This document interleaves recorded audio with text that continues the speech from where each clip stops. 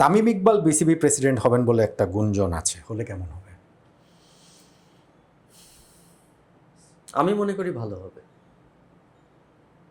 Because এখন বর্তমানে যে ক্রাইসিসটা তৈরি হয়েছে, এখন সবার প্রথম ডিমান্ডটা কি?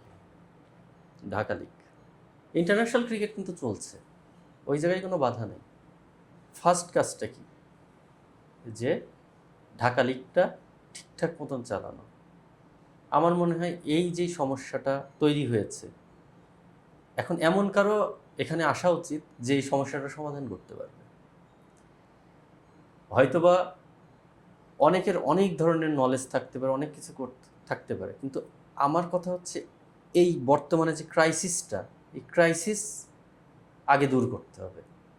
প্লেয়ারদের মুখে আগে ভাত দিতে হবে, প্লেয়ারদের পেটে আগে ভাত দিতে হবে। তারপরে আপনি যখন সময় পাবেন বা আপনার হাতে যখন অনেক সময় আছে, আপনি তখন বাকি কাজগুলো করেন। আর ইন্টারন্যাশনাল খেলা তো ওইগুলা তো আপনার সব কিছু করাই আছে, ক্যালেন্ডার করাই আছে, ওইটা তো ওইভাবে চলতেই থাকবে। কিন্তু এখন প্রেজেন্ট যে ক্রাইসিস, এই ক্রাইসিসটা দূর করাটা আমার মনে হয় সবচেয়ে বেশি গুরুত্বপূর্ণ। তামিম সেটা পারবেন? আমি বিশ্বাস করি উনি পারবেন।